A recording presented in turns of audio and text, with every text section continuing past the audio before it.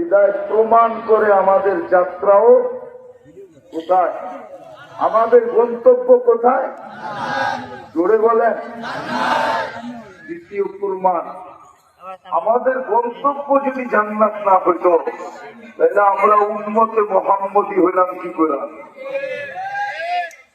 উম্মতে মুহাম্মদী হওয়াটাও প্রমাণ করে যে আমাদের গন্তব্য কোথায়, জান্নাতে।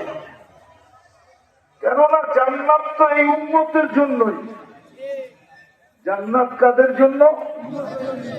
আমাদের জন্য জান্নাত, আমাদের জন্য। প্রমাণ, আমাদের জন্য যদি জান্নাত না হইত তাহলে জান্নাতে যাবে 120 কাতার। কত? 80 কাতারই হব আমরা। কয় কাতার? 80 কাতার হব উম্মতে মুহাম্মাদী।